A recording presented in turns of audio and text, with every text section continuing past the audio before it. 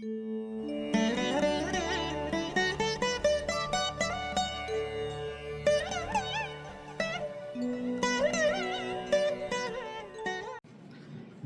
நேயர்கள் அனைவருக்கும் இனிய நல்வாழ்த்துக்கள். எல்லோரும் நன்றாக இருப்பீர்கள். இப்பொழுது ஜூன் மாதம் 9ஆம் தேதியிலிருந்து 15ஆம் தேதி வரையிலான இந்த வார ராசி பலன்கள் திங்கள் முதல் ஞாயிறு வரை என்ன பலன்களை தரும் அப்படிங்கிறத பார்த்துடலாம்.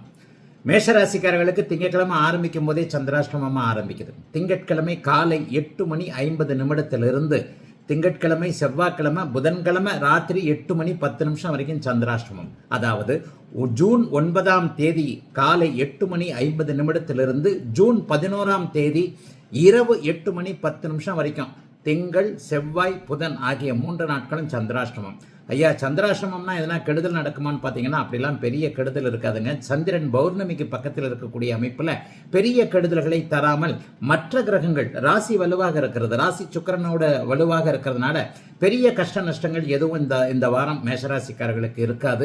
இருந்தாலும் முக்கியமான முடிவுகளை இந்த வாரம் திங்கள், செவ்வாய், புதன் ஆகிய 3 நாட்களும் ஒத்தி வைத்து விட்டு அதற்கு பிறகு ஒரு 4 நாட்கள் வருது இல்லையா, அந்த 4 நாட்களில் நல்ல பலன்கள் கண்டிப்பாக நடக்கும். வேலை தொழில் அமைப்புகள், வியாபார அமைப்புகள்லாம் கை கொடுக்கக்கூடிய அமைப்பு, குடும்பத்திலேயும் கொஞ்சம் நிம்மதி இருக்கக்கூடிய அமைப்பு, பெரிதாக எந்த விதமான கஷ்ட நஷ்டங்களும் கண்டிப்பாக இருக்காது. ஆகவே முறையாக நல்லவைகள் நடக்கக்கூடிய யோக வாரமாகவே அமைந்திருக்கிறது.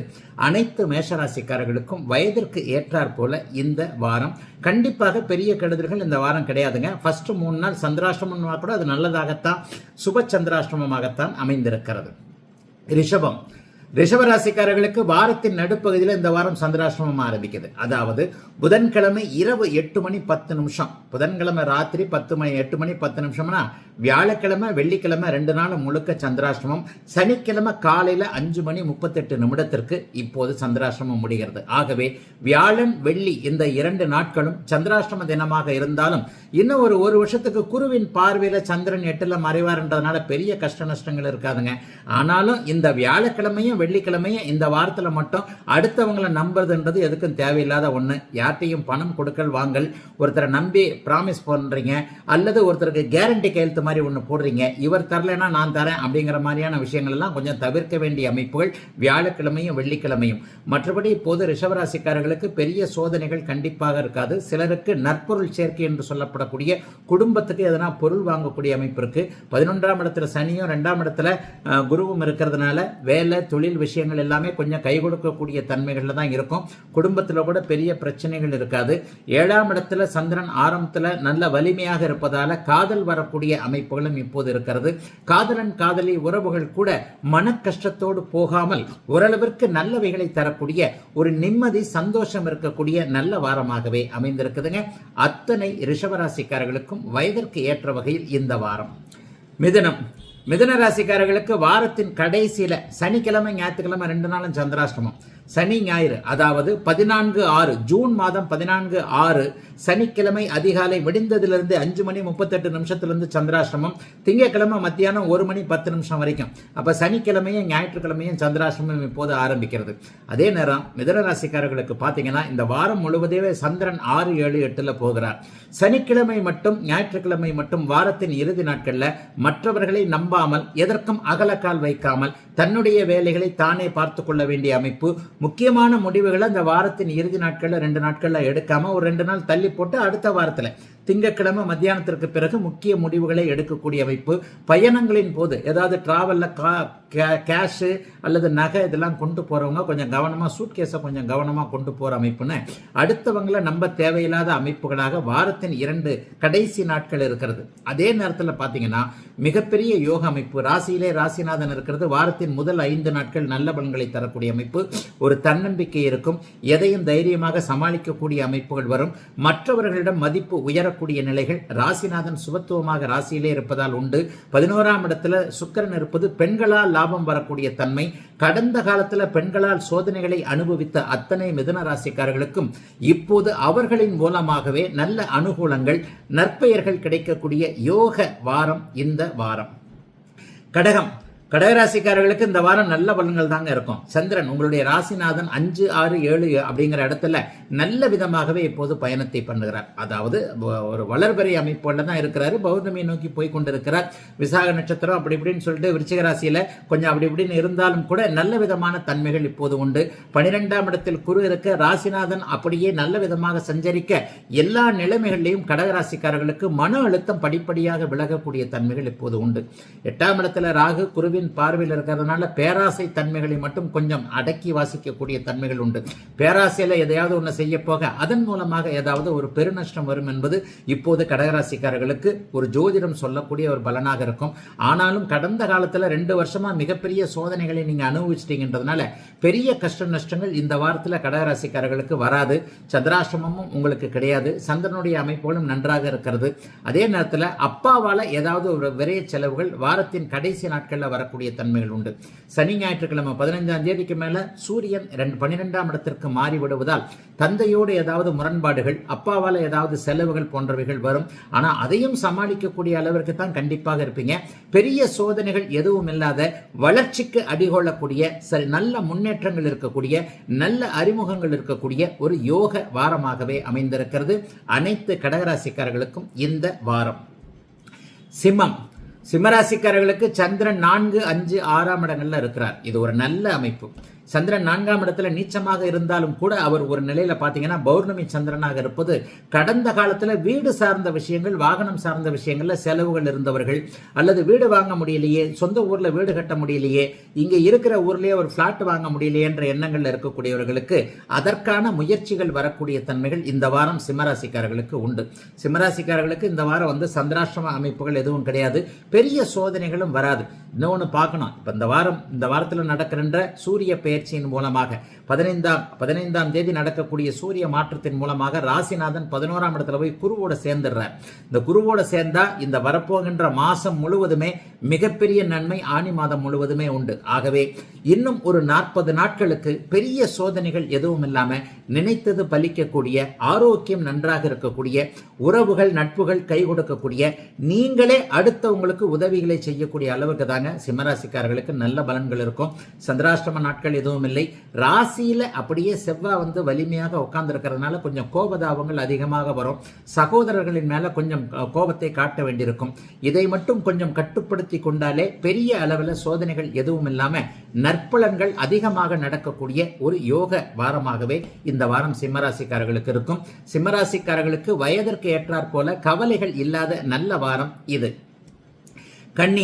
கன்னிராசிக்காரர்களுக்கு ரொம்ப சூப்பரான வாரம். சந்திராஷ்டமம் இப்போது இல்லை. சந்திரன் 3, 4, 5ஆம் இடங்கள்ல இருக்கிறார். சந்திரன் 3ஆம் இடத்துல பௌர்ணமி யோகத்திலையும், 4ஆம் இடத்துல குருவின் பார்வையிலையும், 5ஆம் இடத்துல அப்படியே தேய்பிரையாக இருந்தாலும் ஓரளவுக்கு ஒளிபருந்திய அமைப்புல இருக்கிறார். 3ஆம் இடத்துல இருக்கக்கூடிய அந்த ஞாயிற்றுக்கு திங்கக்கிழமை செவ்வாய்க்கிழமை அந்த 2 நாளும் பார்த்தீங்கன்னா நல்ல அறிமுகங்கள் கிடைக்கும். கவர்மெண்ட்ல கான்ட்ராக்ட் எதிர்பார்க்கிறவங்க, அரசு வேலை எதிர்பார்த்து காத்து கொண்டிருப்பவர்கள், அல்லது அப்பா சம்பந்தப்பட்ட விஷயங்கள்ல எதுவும் சரியா நடக்கலையே நினைச்சுக்கிட்டு இருக்கிறவங்க, சொந்தக்காரங்கள்ட்டயே கடுமையான போட்டிகள் இருக்கே என்கின்ற மாதிரியான போட்டி பொறாமைகளை பார்த்து பயந்து கொண்டிருப்பவர்களுக்கு அதன் மூலமான நல்லவைகள் நடக்கக்கூடிய அமைப்புகள் இப்போது உண்டுங்க. இன்னும் ஒரு 10-20 நாளைக்கு புதன் சுபத்துவமாக 10ஆம் இடத்தில் இருப்பதால் வேலை மாற்றம் உண்டு, பதவி உயர்வுகள் போன்றவைகள் உண்டு.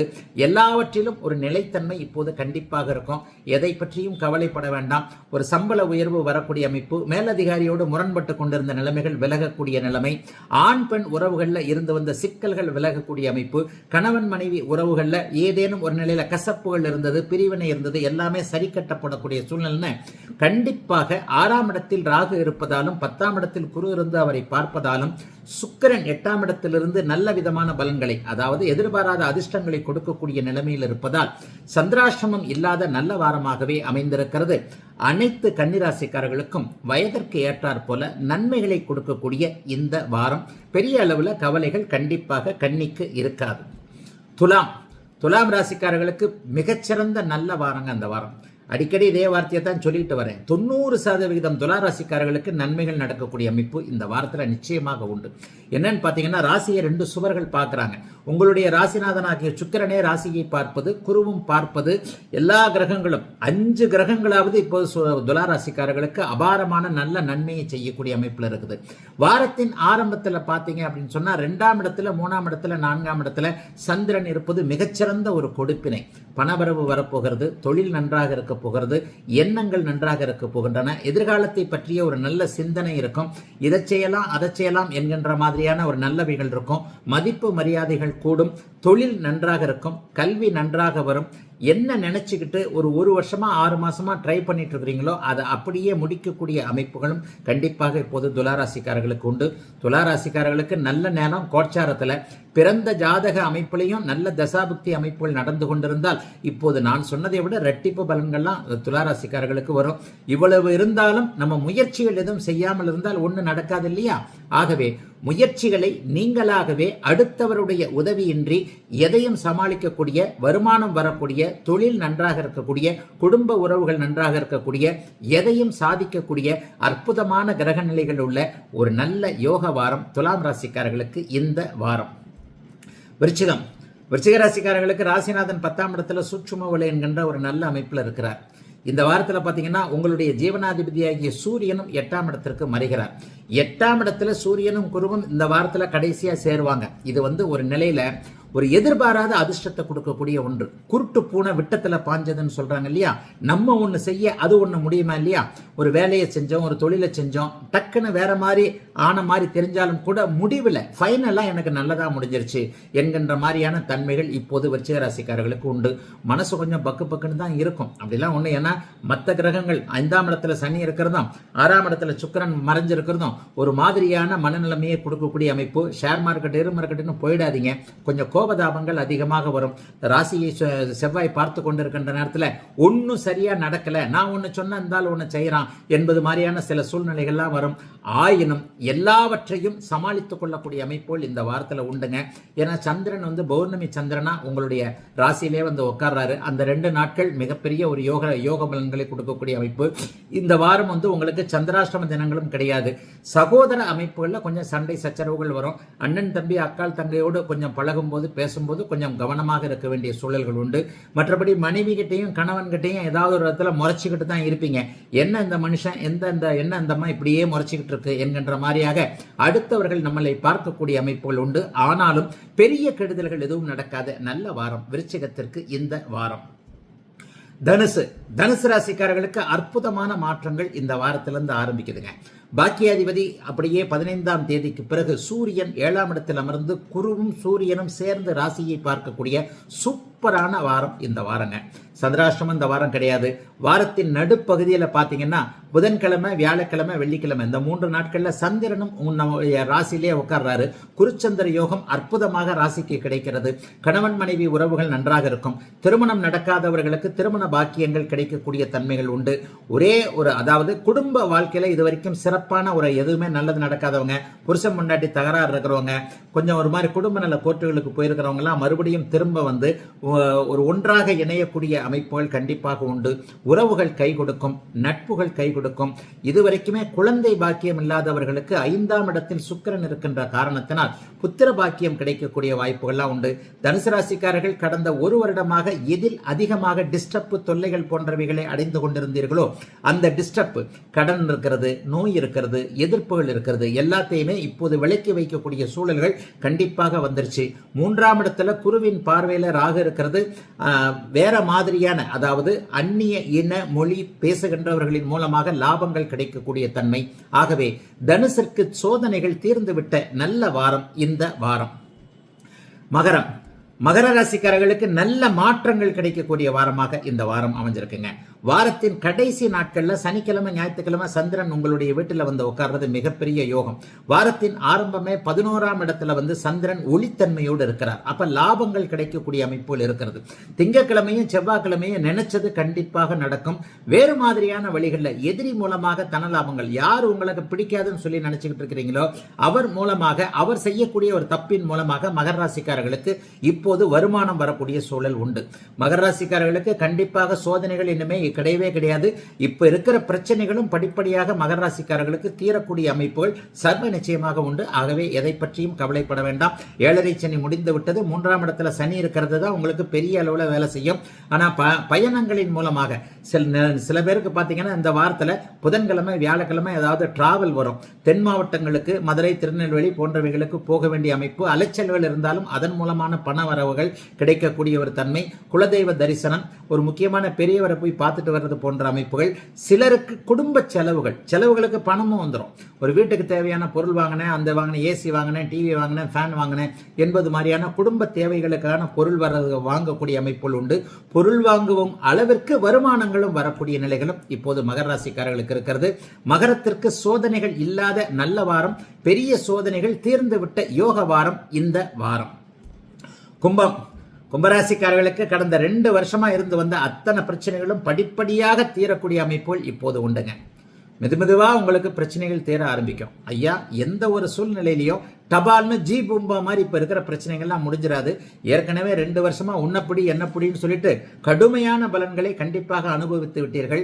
மனம் சோர்ந்து போய் விட்டது, சோம்பேறியாகி போயிட்டீங்க. அடுத்தவர்கள் திட்டக்கூடிய அளவிற்கு கண்டிப்பாக கும்பராசிக்காரர்கள் இருந்தீர்கள். அவைகள் எல்லாம் இப்போது படிப்படியாக விலகி கொண்டு வருகின்றன. மனசு கொஞ்சம் புத்துணர்ச்சி ஆகிட்டு வருது. உதவாதவர்கள் கூட அப்போது தேடி வந்து இப்போது உதவக்கூடிய அமைப்புகள் இப்போது உங்களுக்கு இருக்கிறது. எதிலும் கஷ்ட நஷ்டங்கள் எதுவும் இல்லாத ஒரு படிப்படியான முன்னேற்றத்தை கொடுக்கக்கூடிய அமைப்புகள் இப்போது கும்பராசிக்காரங்களுக்கு ஆரம்பிச்சிருச்சு. 5ல கண்டிப்பாக குரு இருப்பது, ராசியை பார்ப்பது மிகப்பெரிய யோகம். 3ஆம் இடத்தில் உங்களுடைய ராஜயோகாதிபதியாகிய இவர் உட்கார்ந்து, சுக்கிரன் உட்கார்ந்து தன்னுடைய பாக்கிய வீட்டையே பார்ப்பதும், 8ஆம் அதிபதியாகிய இவர் 6ஆம் இடத்துல போய் மறைஞ்சிருப்பதும் மிகப்பெரிய நல்ல யோகம். ஆகவே கும்பராசிக்காரர்களுக்கு பெரிய கெடுதல்கள் இப்ப நான் சொல்ல மாட்டேன். இதுவரைக்கும் யார் அடித்தாரோ அவரே அணைக்கக்கூடிய தன்மைகள் இனிமேல் கும்பராசிக்காரர்களுக்கு உண்டு. ஆகவே முன்னேற்றங்கள் அப்படியே கண்ணுக்கு தெரிகின்ற அளவிற்கு தான் நிச்சயமாக இருக்கும். வேலை மாற்றம் இருக்கும், தொழில் மாற்றம் இருக்கும், வீட்டில் கூட பிரச்சனைகள் குறையும். எதையும் சமாளிக்கக்கூடிய தைரியம் கும்பராசிக்காரர்களுக்கு வரும். ஆகவே இப்போது வரக்கூடிய எண்ணங்கள் எல்லாம் அடுத்து உங்களுக்கு நன்மைகளை செய்யக்கூடிய யோக வாரம் கும்பராசிக்காரர்கள் எல்லோருக்கும் இந்த வாரம். மீனராசிக்காரர்களுக்கு ஆரம்பத்திலேயே ஒரு நல்ல இடத்துல தான் சந்திரன் கொஞ்சம் வலிமையான இடத்துல தான் இருக்கிறாரு. பெரிய கஷ்ட நஷ்டங்கள் எதுவும் இல்லை. சந்திராசிரமம் முடிந்ததற்கு பிறகு 9, 10, 11ஆம் இடங்கள்ல வந்திருக்கிறாரு. 10ஆம் இடத்துல அவருக்கு குருச்சந்திர யோகம் இருக்கிறது. ஆக புதன்கிழமை, வியாழக்கிழமை, வெள்ளிக்கிழமை, புதன்கிழமை ஆரம்பத்துல ஃபர்ஸ்ட் திங்கக்கிழமையும் செவ்வாய்க்கிழமையும் ஒரு மாதிரியா தான் இருக்கும். சந்திராசிரமம் உங்களுக்கு போன வாரமே முடிஞ்சு போச்சு. அப்ப திங்கக்கிழமையும் செவ்வாய்க்கிழமையும் கொஞ்சம் டல் அடிச்ச மாதிரி இருப்பீங்க. எங்கே என்ன எதை எப்படி பார்க்கறது அப்படின்னு சொல்லிட்டு. ஆனா புதன், வியாழன், வெள்ளி ஆகிய 3 நாட்களும் மீனராசிக்காரர்களுக்கு கொஞ்சம் சுறுசுறுப்பு நல்லா இருக்கும். 10ஆம் இடத்துல சந்திரன் குருச்சந்திர யோகத்துல ஓரளவிற்கு நல்ல அமைப்புகள்ல இருப்பது என்பது ஒரு பெரிய யோகத்தை கொடுக்கக்கூடிய ஒன்று. ஆகவே எந்த ஒரு சூழ்நிலையிலும் மீனராசிக்காரர்கள் மனதை தளர விடாமல் வேலை, தொழில், வியாபாரம், விவசாயம் போன்ற அமைப்புகள்ல அனைத்தையும் நல்ல விதமாக பார்க்கக்கூடிய ஒரு யோக வாரமாகவே இந்த வாரம் அமைஞ்சிருக்குதுங்க. பெரிய கஷ்ட நஷ்டங்கள் இருக்காது. ஜன்மச்சனினால இளைஞர்கள் சிலருக்கு கொஞ்சம் அப்படியே மன வருத்தங்கள் இருக்கக்கூடிய தன்மைகள் இருந்தாலும் கூட எதையும் சமாளிக்கக்கூடிய அளவிற்கு இந்த வாரம் கிரக நிலைகள் இருக்கின்றன. 9 குடையவர் 9ஆம் இடத்தை பார்த்து 10 குடையவர் 10ஆம் இடத்தை பார்க்கின்ற ஒரு தர்ம கர்மாதிபதி யோகம் இப்போது செயல்பட இருக்கிறது. ஆகவே கவலைகள் எதுவுமே இல்லாம குடும்பத்தில் ஏதாவது சின்ன சின்ன பிரச்சனைகள் இருந்தாலும் அப்படியே அட்ஜஸ்ட் பண்ணி போகக்கூடிய அமைப்புகள் தான் மீனராசிக்காரர்களுக்கு இருக்கிறது. எதற்கும் கவலைப்பட வேண்டாம். இருக்கின்ற மன அழுத்தத்தை கூட இறைவனின் அருளால் தீர்த்து கொள்ளக்கூடிய யோக சுப வாரமாக அமைந்திருக்கிறது மீனராசிக்காரர்கள் எல்லோருக்கும் இந்த நல்ல வாரம்.